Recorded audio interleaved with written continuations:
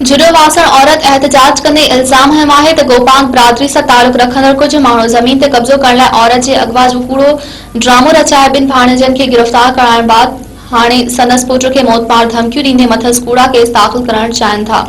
हैदराबाद में पंहिंजे घर भातियुनि सां गॾु एहतजाज कंदे शहज़ादी चांडियो चयो त कुझु कब्ज़ा ग्रुप जा माण्हू काफ़ी अरसे खां संदसि भाणेजनि जी खैपुर में ज़रई ज़मीन फबाइण जे चक्कर में आहिनि।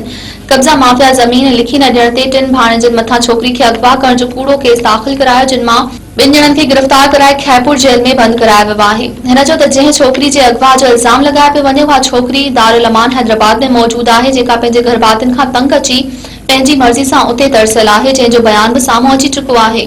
एहतजाज कंदड़ औरत ताहींदे चयो त साॻिया कब्ज़ा ग्रुप जा माण्हू हाणे मूंखे ऐं पुट नदीम चांडो खे मौतमार ऐं कूड़नि केसनि में फासाइण जो धमकियूं ॾेई रहिया आहिनि। हिननि तहफ़ुज़ जी घुर कंदे चयो त धमकियूं ॾींदड़ जवाबदारनि ख़िलाफ़ कार्रवाई करे तहफ़ुज़ ॾिनो वञे। होॾां अगवा ॾियण आयल नारी सानिया गोपांग दारुल अमान में मेहरा टीवी सां ॻाल्हाईंदे ॿुधायो त हिनखे कंहिं बि अगवा नाहे कयो, हू घर भातियुनि जे ज़ुल्मनि खां तंग अची करे दारुल अमान पहुती आहे। मुंहिंजो छोकिरो नदीम उन जे लाइ हिननि दुश्मनी करे छॾी आहे। मुंहिंजे भाणेजनि खे ॿधायो अथनि। गुलाम अब्बास नाले 4 महीना थिया आहिनि उहो ॿधो पियो आहे।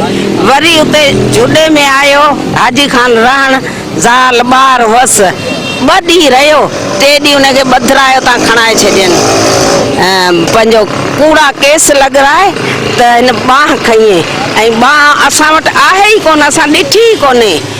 हाणे मूंते फ़ोन अथनि, तूं ठा कर, तूं उन्हनि खे चओ त बनी जेका आहे असांखे लिखी ॾियनि त पोइ असां हिननि खे छॾियूं। बनी 5 एकड़ आहे, उहा बनी लिखी ॾे। उहे ग़रीब मिसकीन आहिनि मुंहिंजा भाणेजा, ऐं उहे किथां आणनि, उन गुज़र सफ़र उन्हनि ते आहे। ऐं हू चवंदा ई आहे बनी ॾियनि, उन्हनि जो धंधो ई इहो आहे। हू छा था कनि, मां हिनखे चवंदा हिननि सां ॻाल्हायो, हू ॻाल्हाईंदियूं उनखे कारो कंदा, कारो करे 8 लख 10 लख उन्हनि खां वठंदा, पोइ उन्हनि खे मारे कुटे छॾे ॾींदा। उन्हनि जो धंधो ई इहो आहे। हाणे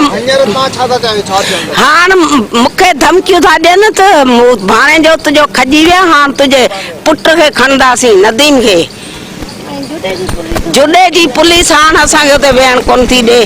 उन्हनि खे पैसा चए असां खाराया आहिनि जुॾे जी पुलिस खे, अवां हाणे घर वञी नथा सघो, असां मजबूर आहियूं। मुंहिंजो पुटु वीचारो बेरोज़गार वेठो आहे, टैक्सी हलाए थो, उते हलाईंदो जुॾे में, हाणे महीनो थियो आहे बेरोज़गार वेठो आहे।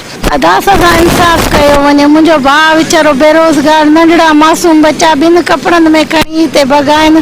हुननि वटि असांजो मासात रहण लाइ आयो, 2 ॾींहंनि लाइ रहण वियो, उनखे उतां पुलिस पकिड़े वई आहे। हली असां सां ॾाढी नाजाइज़ी कई अथनि, असांखे इंसाफ़ खपे।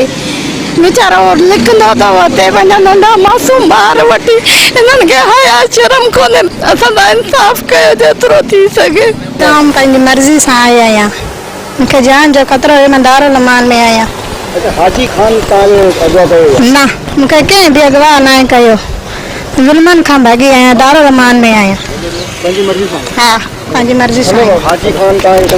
न, मूंखे हुनजी ख़बर बि न आहे।